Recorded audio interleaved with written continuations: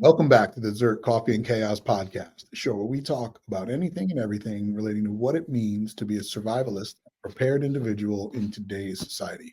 I'm your host, Chris Bartigone, ZP002. Back with me, my co-host, Jamie Franks. Jamie, welcome back to the show. Good to be here as always. It really is. I really look forward to our time together. I look forward to it, spending some time with you. And when I get the chance to spend time with Paul, I love all of the conversations that we have and which way they go. And, you know, the best part of all of this and the best part of doing these shows with you guys and just having a podcast in general is the feedback. And I don't always hear it directly. But, you know, we have our newest or one of our newest POCs in Maryland, Michael, who has met Paul through training and then decided to join ZERT and wanted to get involved and said, whatever I can do to help. He listens to all of the shows. And Michael, I know you're listening today, so definitely appreciate your feedback and your constant kind of opinion or questions or information about the shows and obviously the feedback. I didn't hear it from Michael. I think I might have, but he commented and said to Paul that, he loves listening to the show.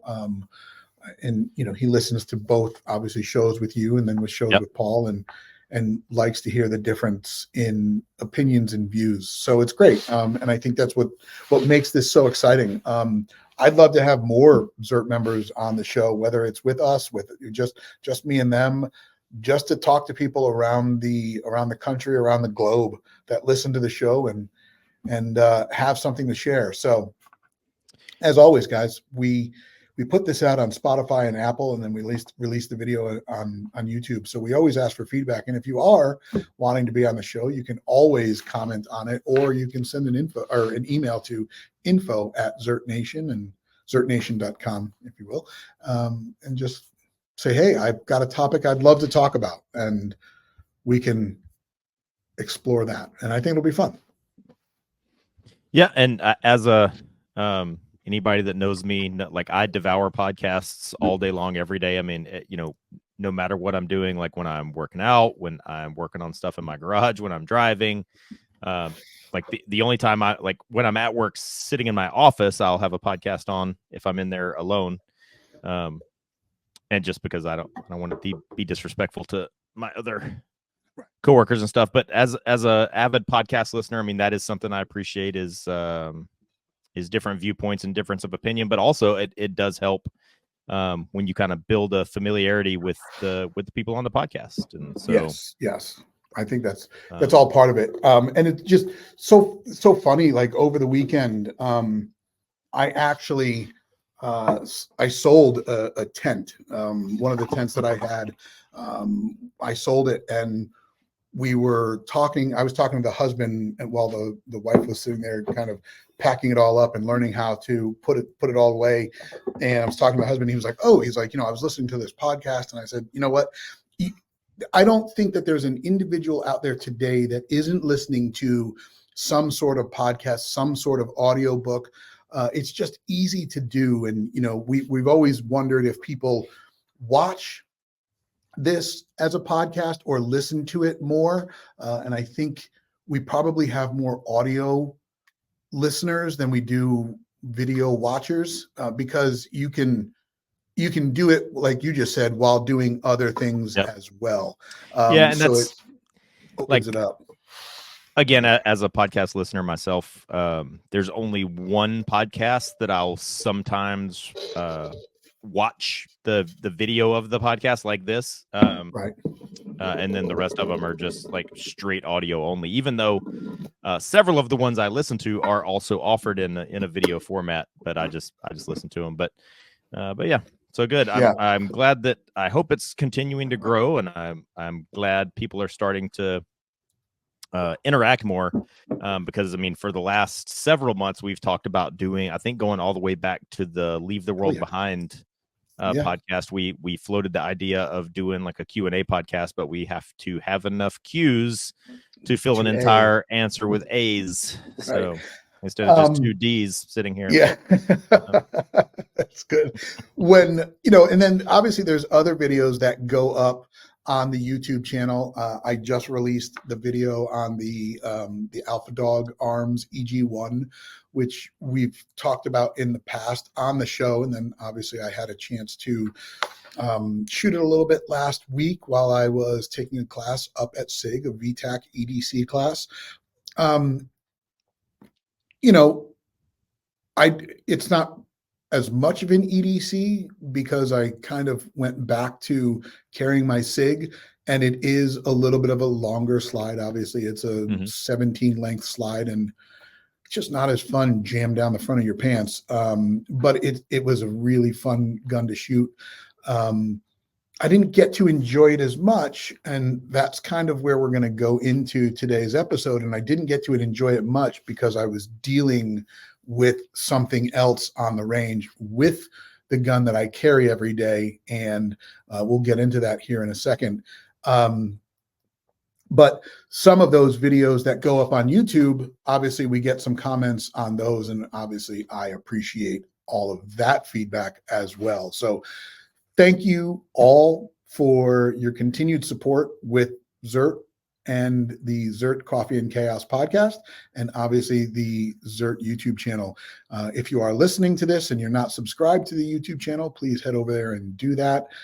If you're watching this and not subscribed, please hit that little thumbs up and the bell so you get notified. If you're watching this and subscribed, you're the real MVP. So, but we are obviously going to talk about something today that is, we've talked firearms before. We've talked about the importance of training before. We've talked about shaking out your gear before. It was never more crucial and imperative than my range experience last week. Now, full disclaimer, I still do not know what the cause is.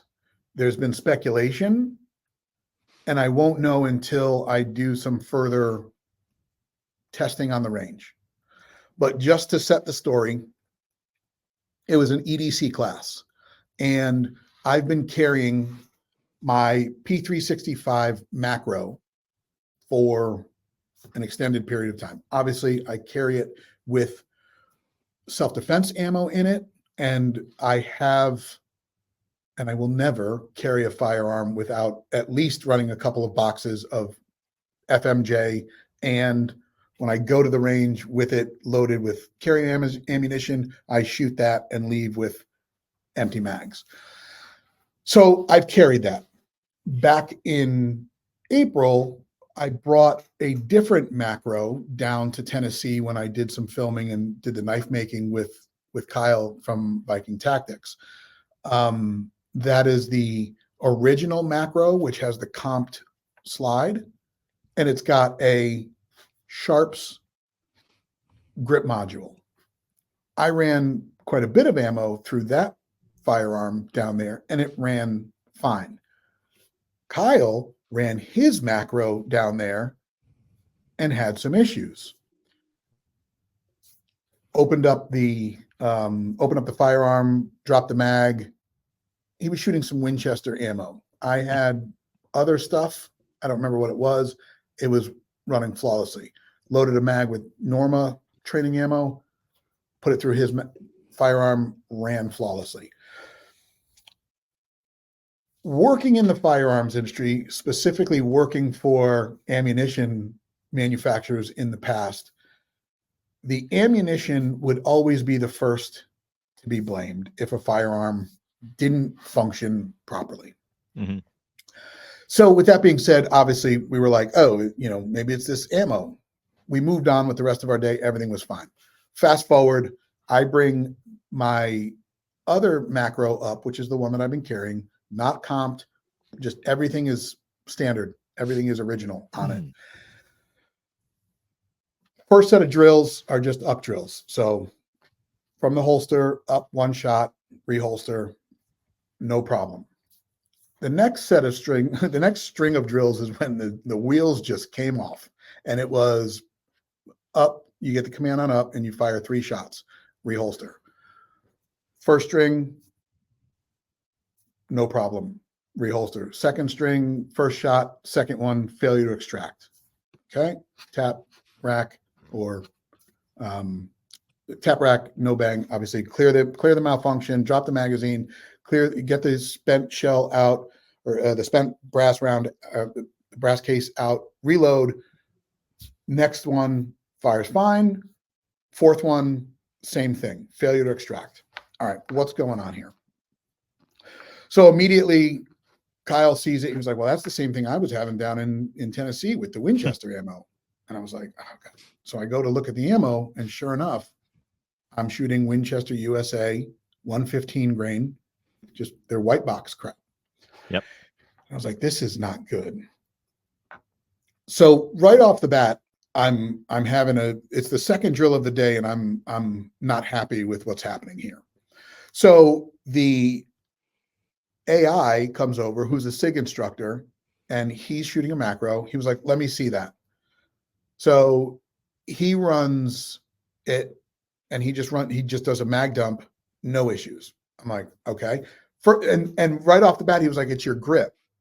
I was like, oh, okay, it's my grip. I'm too high on the firearm. So literally was over exaggerating how far forward my thumb was. Like, it was on the light. I mean, and so much so where they kept saying, oh, your light's on, because I kept pushing the light on. Then he was like, all right, give me the magazine. So then he took the magazine out of my firearm, put it in his macro, ran it, no issues. I'm like, okay, what's going on here? So there's nothing consistent. So then I go, and I did bring a second gun. So I brought 2 more. I brought my P320, loaded a magazine up. No problems. Actually loaded up 5 magazines, swapped out, and went to the P320 on the next drill, and I had 0 malfunctions. So now, Jamie, you've been around firearms. You've shot a couple of them. Mm-hmm. At this point, what would you be thinking? So, as you went through that whole story, that there's, like, I wrote down several. I started out with a blank sheet of note paper over here. I wrote down several things as you were talking through that. Good. So right off the bat, there's a lot of things that we can get to later, but like right off the bat, in the military, all of our guns are all the guns are standardized. None of the guns are modified. So all of our guns are unmodified. Our ammunition is all standard. Magazines are all standard, are all factory magazines, built to military specification, all this stuff. So, for my experience, I tell my students all the time, my number one fail point that I've seen in firearms is actually like people that don't know any better. They'll say it's a gun malfunction because they're trying to shoot the gun, and the gun isn't doing what they want the gun to do, and so it's right. Therefore it goes down as a gun malfunction. But most of the time in the military, it is a magazine malfunction, because that's actually ends up being like the biggest, the most abused and least maintained and biggest fail point. But you're using a pretty new gun with pretty new magazines and all that stuff, and so then the next 2 things that my mind goes to is, like you already mentioned, ammunition, and then my next question would have been, are there any modified parts on the gun? And specifically with a handgun, my mind goes to the barrel, because we're now, like, we live in an era now where you can get a barrel that's titanium nitride, you can get one that's black nitride, right. Guns are still factory blued. What's the other one? Like ion bond. Right. Yep. All those kind of things. And some of those are coatings and some of them are treatments on the metal. Like, my favorite is black nitride, because it's not actually a coating that's applied to the barrel. It's a chemical reaction that the barrel, or not even the barrel, but like, they do bolt carrier and stuff like that for ARs now, and barrels themselves that are black nitride instead of previously they were chrome lined, which again, chrome is a coating. So all of these things, that was the next thing my mind jumped to, because now with all these coatings and they being so commonplace on guns, and specifically gun barrels, and even more specifically with handgun barrels, it can be something, especially because you said the malfunction was inconsistent. It would be one thing Right. where if you had ammunition A in this magazine and ammunition B in this magazine, and every time you shot ammunition B, it shot fine, and then every time you switch back to ammunition A, it's having a malfunction, then that's kind of easy to narrow down. But when it's inconsistent, it's harder to narrow down. But that's where, in my mind, it plays to like something is just slightly out of spec, and it could be the chamber itself on the barrel is out of spec, Right.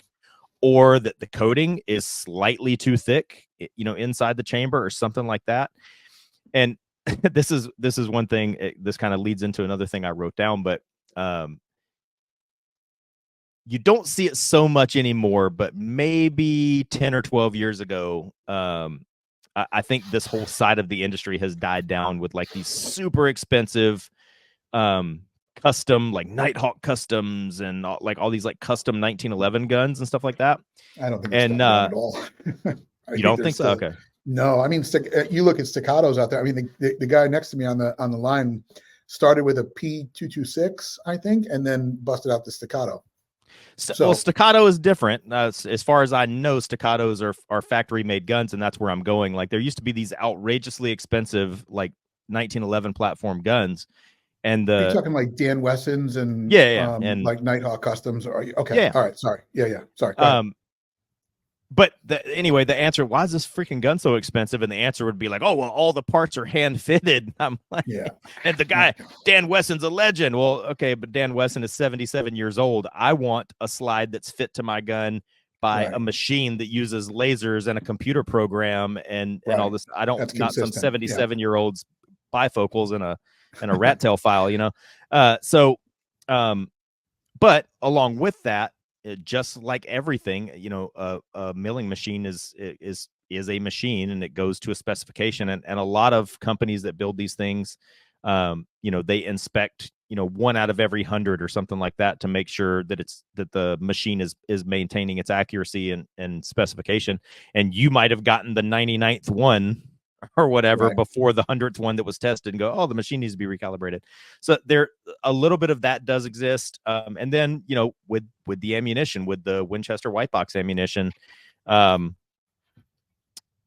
you mentioned Kyle had problems with it before. Like I know a guy that I've been friends with for a long time, and in the Navy, like when you shoot your rifle and pistol for your marksmanship score for your qualification, if you just barely qualified, I mean, you're qualified, but you don't get anything for it. But like the little, there's 2 ribbons and a medal that are awarded, like the 3 levels of good shooting, and it's the lowest of the 3 high levels it's marksman, sharpshooter, and then expert is the highest.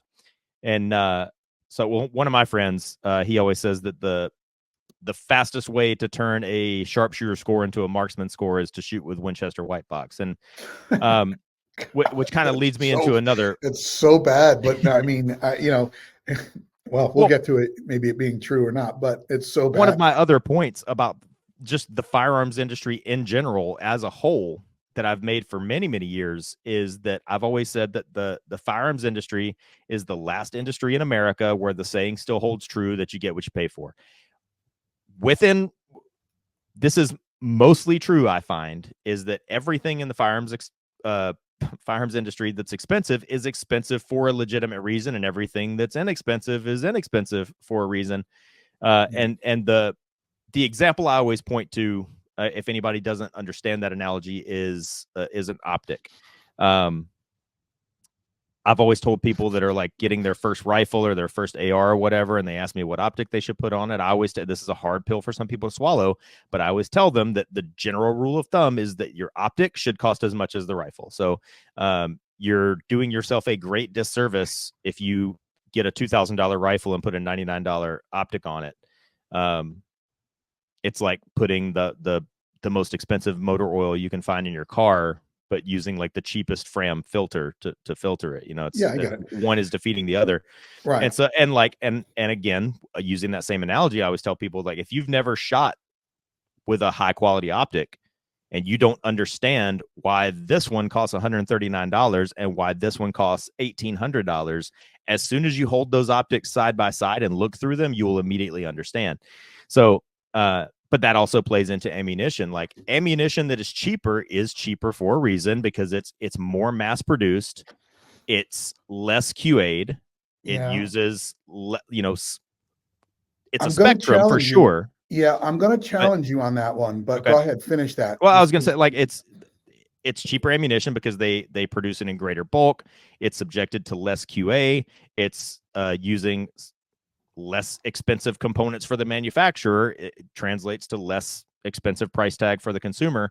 And Winchester white box is typically like kind of the cheapest, lowest end of the spectrum when you're buying ammo. And I'll let you make whatever point you're going to make, but a lot of people have the mindset, and they're not wrong, that I should be able to put any bullet in this gun and it should work. And that I objectively agree. However, one of my other favorite sayings is that you must accept reality on reality's terms. And the example that I'll point to for that is a couple of years ago, I started dipping a toe into PCC competition, pistol caliber carbine competition. And that was new to me, and I thought it was cool. And so I built 2 PCCs, and I found this, and they're both, well, actually, I'm sorry, correction. I built one of them, and a sponsor gave me the other one. But they're both very high quality, made out of very high quality parts, high quality magazines, high quality ammunition. But I have found that both of those PCCs will only run reliably with one very specific ammunition. So, but I would definitely go ahead. Go ahead. No, go ahead. Sorry. I was going to say, but those are, I would never just in general, no matter what, I would really never carry a PCC for home defense or personal defense or whatever, for many reasons. That can be another topic. But so I don't mind that those guns will only run with a specific ammunition. I'm fine with that. It's just something I have to know if I'm going to run them in competition. But kind of getting back to you and your situation and your point, I wouldn't want to carry a gun that only runs certain ammunition. But okay. But so that wasn't right. So that wasn't my actual point. My point was when you said, I believe, I firmly support that statement. And I go as far to say you buy once, you cry once. So, you know, like somebody just put up on I think it was in the Oklahoma page, that they were looking for a new bump helmet, and they were looking for a cheaper version of the Peltors. And I'm just like, okay, I mean, you can do it, but you're going to get a cheaper version, and you're going to buy once and you're going to cry once if you buy the Peltors. Right, exactly. Like, that's one of those things that you probably want to spend some extra money on. Where ammo is different, it really comes down to, I don't believe that cheaper ammunition, because Winchester is actually not cheaper ammunition, meaning price-wise. You can buy MagTech ammunition and it's cheaper in price, but probably runs 1,000 times better than the Winchester stuff. Now, the Winchester is, I mean, they got the Lake City contract. Olin is the company that is, I think, responsible for Winchester stuff. But Winchester USA white box is more expensive than Federal American Eagle, and I guarantee you that Federal's going to run fine. Yes. Federal American Eagle is my go-to range ammunition. So, I haven't looked at. I haven't looked at Winchester white box in so long, because it, within the gun industry and gun circles, if you will, Winchester white box is just typically viewed as trash. So I don't even look at it. But that's very surprising. I obviously, I'm sure that you have the data to back that up, but that's just very surprising to me, because Federal American Eagle is my go-to, like, training ammunition. So. Yeah. Winchester has definitely gone up in price. And it's not great, especially when you have that kind of problem happening. So let me just back it up a couple pieces. Yep. So the only thing that is, I don't even know if I bought it separate, but it is a Sig OEM barrel, but it was the gold tin barrel. I think it was what they had in stock at the time, and I wanted to, I wanted the full 3.7 inch or 3.9 inch barrel instead of the 3.1. And so I was able to get that barrel because I had an extra slide, or I don't even know how it works. With these P365 P320s, it's like adult Legos. You end up with an extra fire control unit, and then you just piece together another firearm. So that was the only thing that was different. So as we continue on, obviously we have an ammo situation. So then the instructor from Sig brings me over a box of Sig ammo, Sig white box ammo. Right. I know it's not being produced by Sig. I know where it's being produced by somebody else overseas, I'm sure. Load up 2 magazines with that, and then load up 3 magazines with the Winchester stuff. I run the Sig ammo, and it burns right through the macro with no issues. Mm-hmm. Then we load up the Winchester, and I'm back to failure to eject malfunctions. Going back to what you said about in the beginning about tolerances and whatnot, where I'm confused is even on the original up drills where you're shooting one, reholstering. Why didn't it not eject? Or why did it eject fine just with one, and then it started to become a problem when you were starting to fire more than one firearm? If it's failure to eject, it should not eject consistent. Well, I mean, apparently not consistently, but it didn't start happening until I was firing more than one round at a time, which I'm not too sure why. So, like my hypothesis on that is because I have seen rifles that will do this exact same thing. I've seen rifles that would shoot one round at the time all day long and be fine. And as soon as you start shooting 2, 3, 4, 5, they start failing to extract and they're not locking open after the last round. If you shot one round at a time, like with a break in between on the 30th round or whatever, it will, the bolt will lock back. But if you're shooting in like bursts of like 3 or 4 rounds, then it starts to fail to extract, and then it won't lock to the rear. And my hypothesis on that is because, like, pistols are recoil operated. They're not gas operated, except for right. What was it, that 5.7 is, I guess, is a gas operated, has a gas system, but most pistols are recoil operated, and even rifles that are gas operated. Once the parts are moving and you're shooting more than one round, things are starting to heat up, and then heat plays with expansion and contraction and the lubricity of the springs and all that kind of stuff. So everything is kind of looser when you start to fire in 3, 4, 5 round bursts, and things start to heat up. And that doesn't necessarily happen when you're doing one and stop and one and stop.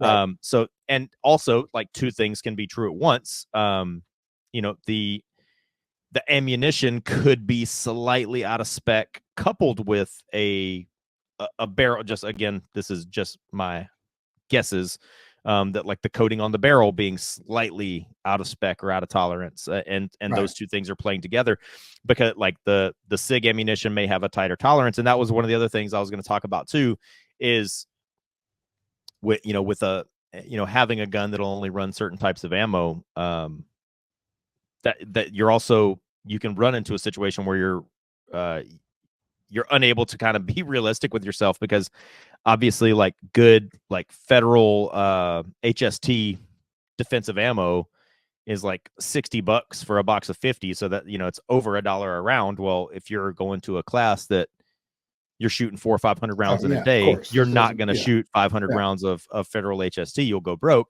So you have to, like, even if it's your daily carry CCW gun, whatever it is, not just a dedicated range toy gun, even your CCW, and you can tell yourself, well, it runs fine when I'm running this super premium defensive ammo, but it doesn't. there is an argument that it does need to be able to run, quote unquote, lower quality range ammo so that you Right. can train with it. So, Right. So are you ready for the curveball here? Yep. So now Kyle has the white box Sig ammo that has come from wherever, and he's running his macro, and now he starts getting the same malfunction. Now, it's probably Kyle's grip. I mean, he doesn't know how to shoot. Yeah. Yeah, he needs to come to one of my classes. Yeah, he doesn't. I mean, come on, Kyle M. He doesn't know how to shoot. Wrong. So, now he's like, what the heck's going on here? So he wasn't really happy about that. So the SIG instructor took his gun back to the experience center, the academy, whatever the hell it's called, where they could work on this. And so they replaced the extractor and the spring, brought it back.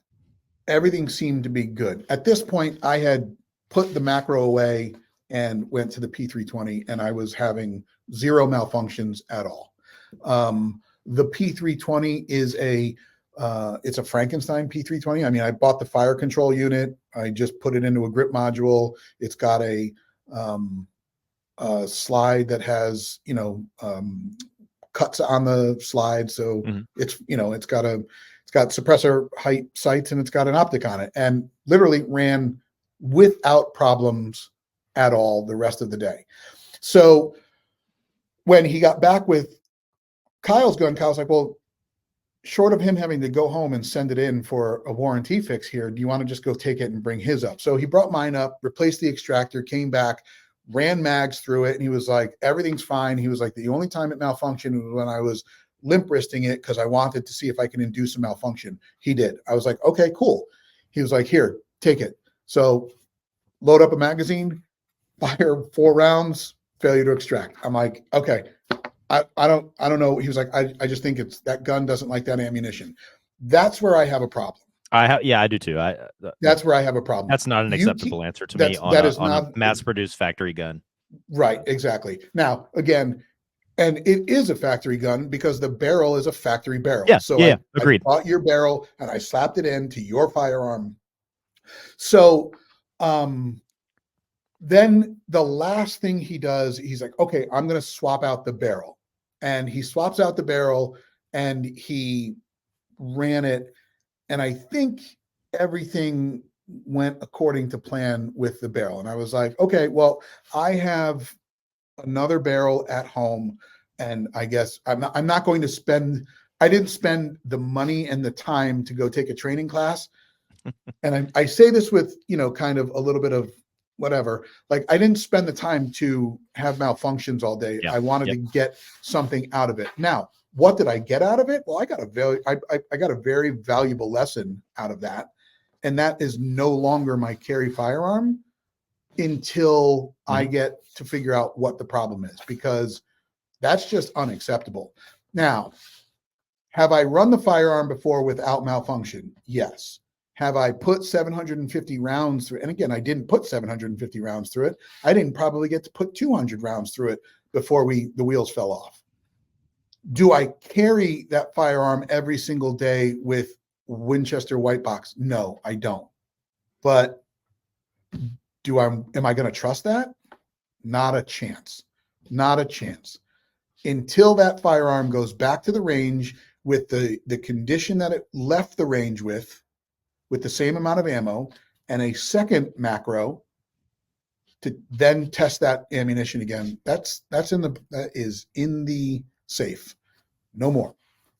I went back to my Glock, which I took the class with last year, and the only malfunction was the front sight being not Loctited on and flying off. But that's user error on my part. So yeah, I mean, there was a couple of students that showed up that didn't have firearms. They were coming from areas of the country that were more restricted than the ones that you and I live in. So they had loaner guns, and those loaner guns were problematic, but it was the zeros were not, they weren't zeroed, and like one of them was for a right-handed user, but it had been set up for a left-handed user before that. So, Right. So those are just, the rental guns. But yeah, man, I was not very excited about that. And the other valuable lesson I walked away with is I will never, ever shoot Winchester white box again. I mean, I can't tell you that it was the ammo, and I hate to be the guy that blames the ammo, but there was enough there. Well, no, I mean, I don't know though, Jamie. Is there enough there? Because it literally ran flawless in the other the other firearm that I ran all day. I did run it through a Glock, but I ran 2 mags through it and it was no problems. But I did run it through a P320 and I had no issues. So is it the ammo? So, I mean, this is why ammunition manufacturers. I was about to make that word really weird. Ammunition manufacturers, as far as I know, it's I don't know if it's a law, but it's like some sort of like manufacturing guideline that ammunition manufacturers, again, as far as I know, are required to adhere to. This is exactly why ammunition is given a lot number. This is exactly why, because sometimes there is a bad lot of ammo. And like all ammunition that was this caliber that was made on this day is assigned, this 10-digit lot number, and shit like this happens. And then and if enough people actually reach back and like if you still had the box that it came in, it'll have the lot number on it. You could reach back to Winchester and some I think on federal and like Federal Premium and Federal American Eagle and whatever, I think on their website, I could be mistaken. It may not be them. But I think it is. You can go on their website and they post regularly like, hey, if you have ammunition that's this lot number, contact us, we'll replace it, because ammunition manufacturers do identify bad lot numbers. So back to your question, would I call it good? If I had eliminated every other thing, and I just keep going back to, because I'm sure kind of like me, like I don't go to the store and buy 1 box of ammunition, 1 box of 50 rounds. I buy ammunition at a minimum in quantity of 500 or more. Like 500 is the least quantity that I buy at a time of any ammunition. So I'm just saying that to say, like, you didn't just go to Walmart and buy this 1 box of ammunition and that was it. So you probably do have more of this ammunition that is from the same lot number. So if you can try some Federal, try some MagTech, try some Spear, try some PMC, and if you keep coming back to this ammo and that's the only problem you're getting, then that would be good enough for me. But this story hits on so many other good things that I think are other good points that need to be talked about. Because I do know for a fact that there are people that are probably like regularly guilty of these things. And there's I have very close family members that are guilty of these things. You go to the gun show, you go to the gun store, there's this new gun, it's the newest, greatest thing. You saw this shooter on Instagram has one and says that it's great. You go to the gun store, you go to the gun show, they have one. The guy that's trying to take your money and sell it to you tells you how great it is. All those things. So you have this new gun that you're super excited about because you saw one of Taryn's girls shooting it or whatever it was. And you just take it home, put bullets in it, and start carrying it the next day. And like, that is a bad plan. For exactly this reason. Your issue, I honestly hope it does turn out to just be the ammunition, but but the point is, you don't know it. Like, your story, like we went on a couple of different little offshoots, little branches of the tree there. But like, you talked about how you had another Glock that the front sight came off, and that's not a manufacturing defect necessarily, but it could be the guy on the assembly line was on his last drop of Loctite and it wasn't good or whatever. Let me clarify. I replaced the sight, the standard, the OEM sights with a sight, and I just didn't Loctite it. And my fault. Totally my fault. I was going to address that in a minute too, but but what I was kind of getting at is you can have this new latest greatest awesome gun that actually is a good gun, but like shit happens. Like these things are they're manufactured by a machine and assembled by a human, and mistakes do happen. So there is a little bit of that, but you don't know any of that until you take it to the range and shoot it. Like I understand people would rather go and spend $250 or $400 on a new optic or a new red dot sight or on a Safariland holster. They would rather spend that money that way than taking a class. But it's these kind of things, instead of you going to the range on your own and just doing whatever it is that you want to do that day. And when I say you, I just mean like Joe gun owner. Right. Exactly. When you come to my class, you're going to spend the entire day doing what I'm making you do, which may be something you haven't thought of. It's something that's going to get your gun dirtier than you would have done on your own at the range. You're going to go in and out of the holster more times than you would have done on your own. Whatever it is, it's going to expose things like this. But the biggest, hugest through line of your story is that anybody listening, you should not carry a gun until you as your daily carry gun, until you have put it through its legitimate paces. And this is one of the things that I hate on Instagram. I'm not going to name any names, but very well-known gun tuber or gunstagrammer or gunfluencer, whatever you want to call, has way more followers than I have. Whatever. I'm hating a little bit, but she has nicer tits than I have. But she got this new gun and she goes on about, here's all the features of this gun, and now I'm going to go try it out. And I've puts one magazine into it, does a mag dump into a lake, and goes, wow, this gun is good to go. Like that. You need to do more than that. So let me stop you there and say, okay, what is a suggested amount? I mean, do you go to the flat range, shoot a piece of paper at 7 feet away or 7 yards away, and dump 2 boxes of training and 1 box of defensive ammo? Does that qualify as the gun's good to go? So 120 rounds. That's better than nothing. Exactly. But so this leads into another one of my points. So that's a great question there, Christopher. I'm glad you asked. One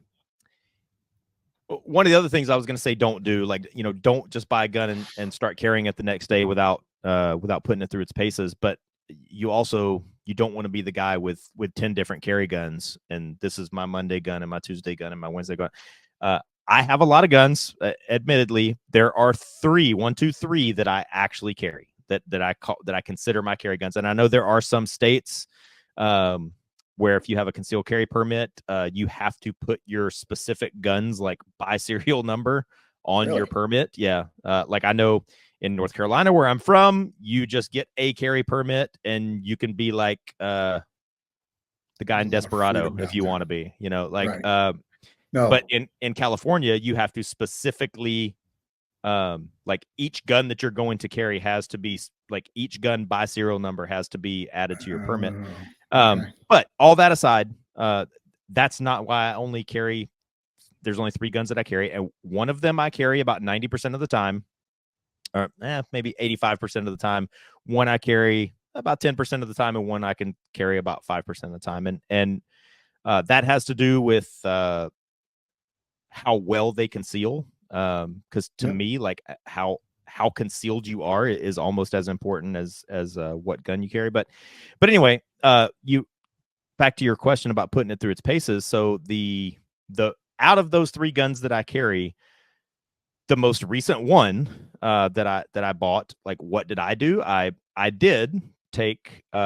took 3 different types of ammunition, and I went to an indoor range, and I actually did just kind of slow fire it. I mean, I know most handguns, and specifically most carry guns or duty guns, have combat sights on them. It's not like target sights. You don't have to adjust the sights and zero it like you do a rifle.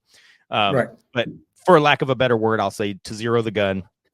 I went to the range and shot 3 different types of ammunition at different ranges, and I circle the holes and right on the target. This group of bullet holes was this ammunition, then I'll move the target to this distance and shoot again, and this distance was this ammunition. And that's just me trying, just basically testing the gun out in more or less of a controlled environment. And then the next week or 2 weeks later, I went and took a class with another instructor that I trust, and through the course of the day, doing all the drills that were dictated by that instructor, I probably put around 400 rounds through it. And by the end of that day, it's funny that you had your little story. The gun I'm referring to, just for transparency, it's a Sig P320 X compact. Okay. So X means a certain thing, compact, but it's the Sig P320 X compact. It's roughly the same size as a Glock 19, but a slight difference. 15 round mag. But the way the Sig front sight is, like a Glock front sight is actually like screwed in like through the slide. The Sig has like a little channel, and the sight is like pressed into the channel. And when I went to the flat range, to the indoor range, and did the little test with the different types of ammo, everything was fine. When I went to the range where we were dodging, ducking, dive, dodge, and ducking with the gun, about halfway through the day, my sight shifted over in that little channel, and I had to. Yeah, which is strange because those things are pressed in there pretty good. Yeah, well, I had my little. I'm not sponsored by these people at all, but I do swear by them. The little fix-it sticks. Yep. Like toolkits. Yep. I have one of like the badass ones that has like everything in it. Yeah. And I had it with me that day, and I was able to. I just went ahead and pushed the sight all the way out, and then put some red Loctite, and then pressed it back into where it needed to be, and it's never moved since. But had I not gone and taken a class and put 400 rounds through the gun in a relatively short period of time, I mean, in an 8-hour long quote unquote shooting class, you're probably only actually moving around and shooting for maybe just conservatively 4 hours out of the 8-hour time block, because you're receiving instruction and you're talking and you're doing a safety brief and a debrief and picking up brass and all that stuff. So say out of a 8-hour class, you're actually shooting for 3 to 4 hours of that class. But so that's putting 400 rounds through the gun in a relatively short period of time, and it exposed that little tiny issue, and I was able to fix it. And then I've shot it several times since then, and I've had no other issues. So to me, if you ask my honest opinion, and I don't think that that's an unrealistic thing to do, I do understand that even though I just said what I said, a lot of people aren't going to do that. But I that's what I do for myself, just so everybody knows I'm practicing what I preach. I bought a new gun and said, I want this to be one of my carry guns. Took it to the range, put about 150 rounds through it at an indoor range. Then immediately, like 2 weeks later, went and took a class. Now, let me ask you this. If you're carrying a firearm, and again, this is going to, I mean, this one will be for everyone to sit there and think about, right? If you're carrying a firearm and you have to use that in a defensive situation, what do you think is more catastrophic? Losing a front sight or being able to fire one bullet and then having to clear malfunction? And the reason I'm saying that is because you can, I think you can clear a malfunction obviously pretty good, but if you have repeated malfunctions, obviously, where if you have a front sight, you were not using a red dot, right? No. Yeah. So backplate shooting, if you're within, you could make it work, but either malfunction is, one of them can slow you down. One of them can pretty much, I mean, if you can't get those malfunctions to be cleared, and you could have a bad day. So that is a great question, and that's something that we speak to in my classes that we teach at Active Shooter Defense School here in San Diego, and we talk about like the discipline of shooting, if you will, that we teach is combat shooting, and we cite in our class during the talking parts of the class, we actually cite like actual like FBI like shooting violent crime statistics and officer involved shooting statistics, things like that. So the average distance of from person shooting the gun to person getting shot. The average distance for civilian on civilian shootings that involve the use of a firearm is, do you know? It's less than, isn't it like 7 feet? It's the statistic is 3 to 11 feet. Yeah. Some people have said 3 to 11 yards. That's not correct. It's 3 to 11 feet, and the Right. average being 3 yards, or it's 7 to 9, but whatever. So break that stat however you want to down, but that's the statistic is 3 to 11 feet. And if you are doing combat shooting, to answer your question, if you're doing everything you're supposed to be doing and should be doing, and you're trying to get your gun out and shoot the other person faster than they get their gun out and shoot you, you're not going to see your sights, is the realistic answer. And if you're doing all if your grip is correct, your mechanical indexing, if all your mechanics are correct and your trigger control is good, to answer your question flat out, I would rather not have a front sight on my gun than have a gun that I'm actually having to come off the gun to clear a malfunction to get the gun back in. I would rather have a gun that works than one that doesn't have a front sight. And to take that one step further, for anybody that doesn't know, I was once a reality TV star. So on the show it was not my season, but on one of the other seasons of Top Shot, there was a very famous incident where a very high profile shooter could not hit a target that person definitely should have been able to hit. And he blamed it on the sights and said that the gun they gave me was fucked up and the sights were off and blah, blah, blah, blah, blah. And in response to that, a fellow competitor went out and got the exact gun that they used on the show and took an angle grinder and cut the sights completely off the gun and was still able to hit the target at the distance, and was like, this guy has no excuses. So to answer your question, I would rather have a gun that runs than a gun that has no sights on it. Yeah.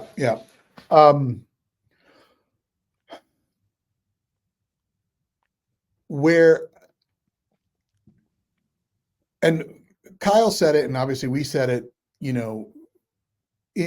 you should be able to run any ammunition through your gun. It shouldn't have to be finicky. It should work. Like you said, if it's a mass-produced firearm that is a very popular firearm right now, then it should work without issue. Yeah. Like I said at the top of the show, I have still not determined what the root cause of this issue is, but I will. I'm probably going to take a ride down to Warhorse Tactics there with Paul, and we'll spend a day putting it through its paces. I'm not disappointed in Sig or their firearm, because I still don't know what the issue is. And they, like I said, the Sig instructor there, the AI, his name was Chris also, he went above and beyond to try and figure out what it is. We put a post up about the new Sig 365 Fuse, which is their full size 365. And some of the comments are great, because they're like, oh, great, the 732nd P365 that Sig has released in the last 4 months. And they're not wrong. That person was not wrong at all. They continue to release them. Where I'm going with that is, obviously they would not continue to put this firearm out if they had all these fires to put out because people had issues. People are going to hate on Sig, and that's fine. You do you shoot what you want to shoot and like what you want to like. Where I start to look at them secondly is if I can't trust the safety of myself, my family, my friends, with the gun that I carry every day. Right. I'm hoping it's just an ammunition problem, but I don't like it's an ammunition and that gun problem. I would have felt a lot better if I had to go up to Sig and buy another case of ammo because that ammo did not run in my P320. Yeah, I would have felt a lot better about it. Okay, then it is the ammo, and it does. Those firearms don't like it, but we're not there, and I don't know what that is. Like I said, I learned a lot that day. I may not have learned a lot about my shooting abilities or whatnot, but I definitely learned a lot about that firearm and whatnot, like, going back to what you said, also, we were running drills, and I was beating the crap out of that P320. We had to do two hands, support hand, and stupid hand only. And when we were running the both support hand, or I'm sorry, strong hand and stupid hand, we had to do smash rips. No hand should be your weak hand. You should not have exactly. a weak hand. But we had to jam that the magazine, the grip of the firearm on our leg, wherever, and rack that firearm off of our shorts, our pants, or whatever you could, just to on the rear sight, right? Right. Well, Yeah. on the rear sight or on the red dot. I got to tell you, there was 99% of the students in that class were running a red dot. I happen to be running the red dot on both of them. They happen to be a brand that you constantly let us know that you don't like, but I ran it. I banged on my arm, on the barrier, on whatever you could, and I had no issues with it. When it comes to red dots on an optic, here's the other thing. If you go and you buy that new firearm that Jamie just talked about with a new red dot, and you load it up with your favorite Hornady or Federal defensive ammo, and you jam it in your waistband, and you think that you're good with shooting a red dot, I would implore you to go out there and get some training before you do that, because you're not. Correct. It takes a minute. And does not come in a box. Right. And if you're pulling that firearm out and you're doing the whole, shimmy and shake trying to find that red dot, you're already, you're dead. But anytime the red dot brand that I've wound up with is Holosun, and say what you will about them. I mean, they have been put to their test, and where I say they've been put to their test, anytime I was looking at an optic and I wanted to verify if it was quality or shit, Aaron Cowan from Sage Dynamics does a great optic review, and he's done it on every single optic out there. And if you out there in the viewership land want to see an optic review, you can definitely go to his YouTube and you'll see that out there. He drops them. He does a 1,000 round burn down on all of them. He does a drop test and then verifies zero again. And I'm not saying that there was no damage when he dropped the Holosun, but he was still able to make shots on target. There are only a few that survived the drop test, and obviously the Trijicon RMR is a very stout red dot, and it's been proven. But sorry. Well, and get what you get and like what you like. To be completely fair and transparent, I have one gun currently that has a red dot on it, and I selected the specific red dot that I specifically selected based on the recommendation of a good shooter that I trust. And the one I selected has not held up very good to drop tests. It's the Trijicon SRO. Oh, okay. And that one has not held up. That one, like everybody says, awesome. This red dot is awesome until you drop it. So there is that. I don't think at least to my knowledge, I don't think there's a perfect one. No. There are definitely ones I would lean away from and ones that I would lean toward, and we'll leave it at that. And I have lots to say about red dots on pistols in general.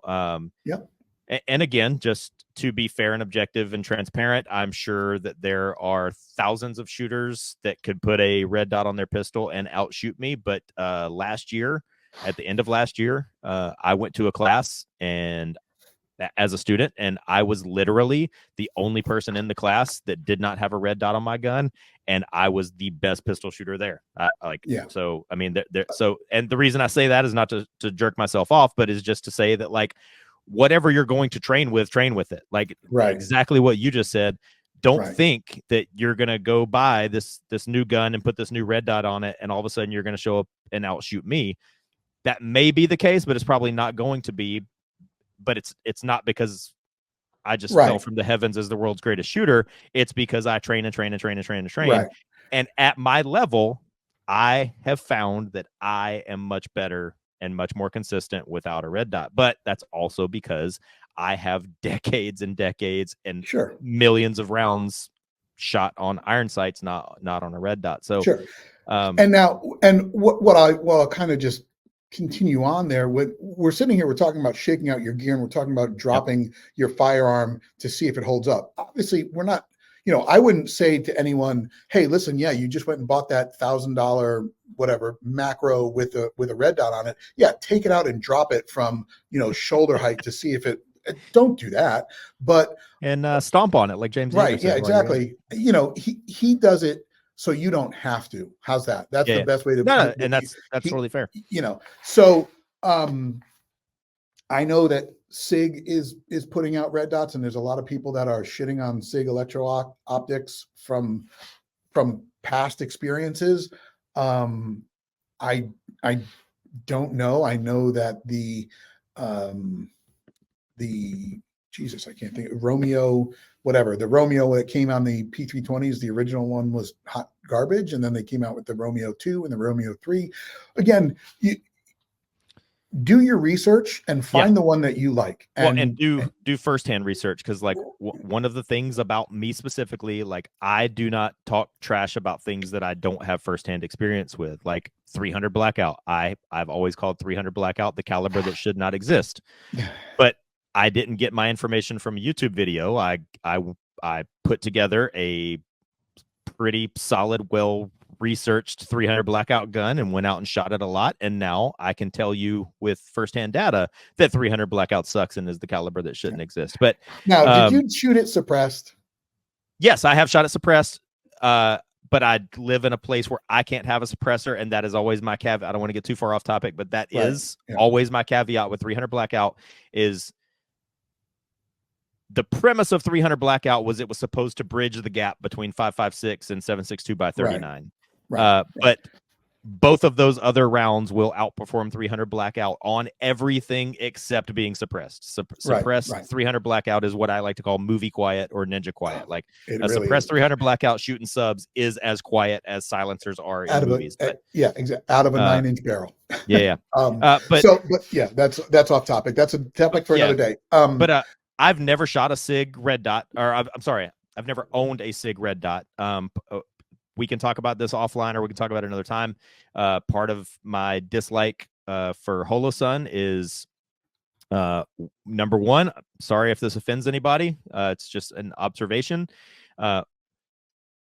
Most of the people that I see singing the praises of Holosun have some sort of professional relationship with Holosun.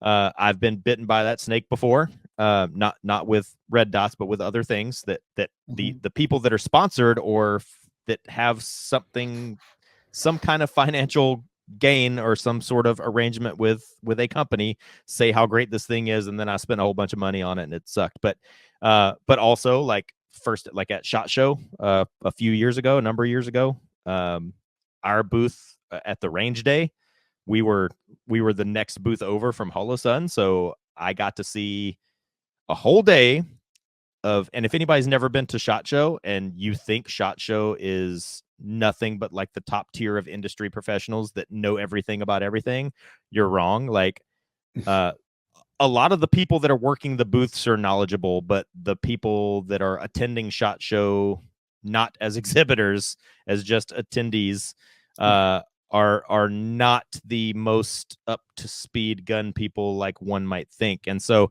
at the range day, it's a nonstop parade of people who really don't know what they're doing, shooting your guns all day long and kind of abusing them.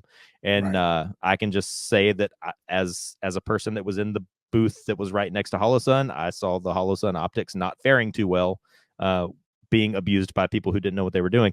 That's just to be fair. When I in the military, back around 2008, 2009, 2010, I also saw a crap load of EOTech optics fail. And so for a long time, I would not use EOTech optics, but now EOTech has fixed their issues and now I trust them again. But me personally, back to my point, I make decisions based on firsthand observation and firsthand experience. So like when you see people online bashing this brand or that brand, do your research, you know, try to ascertain who you can trust or not, and make your own decision. Just a couple of other things I wanted to throw out before we wrap up, because all this stuff does play into this discussion, is now is actually kind of a cool, exciting time to be a gun person, because there's like there is like new stuff finally starting to come out. Like a few years ago at SHOT Show, you know, again, to talk about shot, like, you know, the AK-47 is called the AK-47 because it came out in 1947, and a few years ago the latest greatest innovation was like some new chassis to put a AK-47 in that was created in 1947, and that was innovation. So firearms companies are starting to innovate now, and some new stuff is coming out. It's never been easier for the end user to modify your own guns, and you, exactly to what you were talking about with the P320 and P365. Those are they were designed and built to be like a Mr. Potato Head gun. I can take this fire control unit and put it in this grip module with this slide and this barrel and this thing and that thing, and it just goes together. I've had students in my classes that come with like highly modified guns that won't run consistently, and we can't figure out why. So I was just going to throw it out that if you're one of those people that likes to modify your guns, that's cool. But when you're starting to modify, especially a gun like you said that you're going to kind of bet your life on and make it your carry gun, I highly recommend only change one thing at a time. Change one thing, take it, shoot it. If it works, fine, do the next thing. And then like, don't be the person that the night before the class you changed out 12 parts on your gun, and so tomorrow when your gun doesn't work, now we have no idea why. We have no idea what's causing the issue.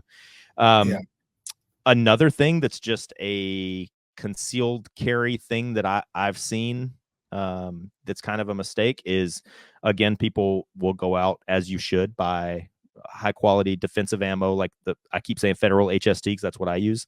But you keep your magazine filled up with Federal HST. You carry your gun every day.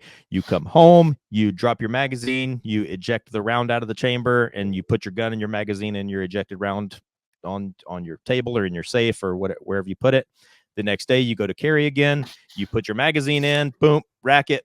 Top round goes into the chamber. You take your other round, you put it back into the magazine, top your magazine off. So a lot of people get into the habit of they're either putting the same round into the chamber over and over and over and over every day, or they're alternating between the top two rounds each day. So you're putting the same two rounds into the chamber over and over and over and over. In the primer, the explosive that goes into the primer when the ammunition is manufactured, it's almost like Play-Doh. That's the best description I can think of. It's an explosive that's packed into the primer, just like Play-Doh. And objectively speaking, a round is really meant to be loaded into a chamber once and then fired and then ejected and then loaded. So if you're one of those people and you find yourself doing this situation that I'm describing, you're constantly loading the same round into the chamber day after day after day after day, you're probably ruining your primer. And when the day finally comes that you need to do your Instagram quick draw and shoot your CCW gun at somebody, you have created a situation where there's a very high likelihood that your first two rounds are going to be malfunctions. So if you're in that habit, break it. Take your gun and your defensive ammo to the range like once every 6 months or something, and that ammunition that you've been carrying around in your waistband that's full of hair and lint and dead skin and stuff, like, you know, every few months take that magazine and that gun to the range, mag dump it, and then retop off with your 10 or 15 rounds or whatever of your good expensive range ammunition. And then the last thing I had that can contribute to malfunctions, especially on your daily carry gun, CCW gun, whatever it is, firearms lubricant. That's another thing that attitudes and egos run really high, and people are entrenched in their camp of this lube and that lube and this oil and that oil. I can tell you, as a longtime shooter and armorer and gun enthusiast and sponsored shooter and whatever else, all of these different lubes are manufactured for pennies on the gallon, and then they sell you 6 ounces of it for $12 when they just manufactured 5 gallons of it for 15 cents, you know? I really haven't ever found a lubricant that I would say is bad. So use whatever you want is basically the moral of this story. But the biggest mistake you can make is mixing lubricant. There are some lubricants that are bio-based. There are some that are synthetic. There are some that are actually made with petroleum. Use whatever lubricant you want, but don't mix. Don't use this one today, that one tomorrow, and go to the range on Sunday and borrow whatever your buddy has in his bag. That's where you'll run into trouble, is mixing lubricants, especially because now there's so many different ones out there. And then the last thing I'll say before I turn it back over to Chris is I don't recommend going to the range and shooting your gun all day long and then coming home and completely taking it apart and cleaning it and then putting it back together, and now you're carrying it daily again. If you're gonna clean your gun like that, take it all the way apart. Do it the day before you go to the range, because when you go to the range and shoot it, now you know it works. Yeah. So don't go home and fuck with it and take it apart after you know it works. Yeah. Clean it before you go to the range, then take it to the range, verify that it works, and then leave it alone. But anyway. Yeah. So just to that point about mixing, you can mix if you want to use, frog lube one day and hoppies the next. You just have to strip it down. Oh yeah. You've got to go in between, and you've got to remove everything off that you put on there and then start with something else. So if whatever the case may be, so I spent my time in the firearms industry was spent in ammunition, and then the first one was a firearm lubricant company. So there is some validity to what Jamie was just saying about how inexpensive it is, but it's also just as important to get a good quality lubricant and make sure you use it. There are ways to clean a firearm. There are times to clean your firearm and times not to clean your firearm. One of the things the SIG instructor said, he was like, well, it is dirty. He's like, but I also don't clean my guns. And I was like, listen, I get it. There's a time and place to clean it. You shouldn't. A dirty gun can cause malfunctions, but you can figure that out pretty quickly. Real quick story. When I was in Afghanistan, we would go out on ops, and I was in southern Afghanistan all 3 of my deployments, where we called it moon dust, where the sand was as fine as talcum powder, and it would get into everything. So we were having to constantly clean our guns. But what we would do is we would come back to base. We would clean. We had like a little fire pit that everybody would sit around at night. When we would clean our guns, we would come back, we'd clean our guns, we'd, get all the dust and dirt and everything out of them, clean them up, lube them up. And then as soon as we were done cleaning them, we would take them over to the fire pit and do a 30-round mag dump into the fire pit. So nice. to make sure that they worked after we just got done taking them apart and fucking with them. So, so I'm not the guy that's trying to be hard ass badass telling you don't clean your gun. I'm just saying, when you have fired it at the range and now you know it works, then don't go home and take it apart, because now you don't know. You talked about innovation out there. Obviously, there is in this industry, but a new gun will probably come out today. And in fact, there is. I just looked and saw that Smith & Wesson just released the comp. It's a comped version of their carry. So it's the new metal carry comp, the compact carry comp, and the Shield Plus carry comp. Like, oh my God.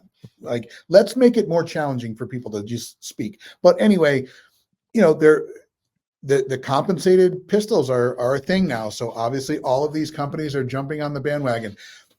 Whatever firearm you choose, just make sure that you put it through its paces. And those paces are whatever you think. If you think that it's only 50 rounds and you're good, I mean, I wouldn't really put that one into rotation or carry that with confidence. But, I'm also saying you don't need to take 3 classes and throw it down on the ground and jam it off barricades before you decide to carry the firearm. Be smart with it. Go out there, put it through a couple of boxes, run it, make sure it runs with a couple of different types of training ammunition, a couple of different types of defensive ammunition, but make it the one that you carry every single day. All of that is based around training. I'm not saying you need to go sign up for a class to do it. Go to the range and put ammo through your carry gun. I learned a very valuable lesson a week and a half ago that I'm excited to share with you guys. And I hope that if any of you have had the same experience, you let us know, obviously, down in the comments. But it's important. So that's all that I have for you guys today. Obviously, we went a little over today, but it's an important topic that I felt and Jamie felt was necessary to kind of shed light on. I am in no way condemning SIG for this, obviously for this mishap. So I want to make that clear. I can't really say anything definitive about Winchester ammo yet because I did run it through another firearm and it ran fine. I'm saying that there is more to know, more to learn, and I will learn it before I come back with a definitive answer, I hope. All that being said, folks, thank you for spending some time with us. As usual, thank you for listening. And I will continue to push the go out and get training and make sure that you are safe. Whether it's your carry gun that you've already taken to the range or whether it's something new, just be smart, be safe. And until next time, Jamie. Well, Chris said he was not going to tell you that you need to go sign up for a class, so I'll tell you you need to go sign up for a class. One of my favorite movie quotes is Creasy from Man on Fire when the little girl asks him, is he pretty good? And his answer is, there's no such thing as being good. There's trained and untrained. So go get training. There it is. All right, guys. We are wrapping up. We thank you for your time as usual. And until next time, ZP002 out.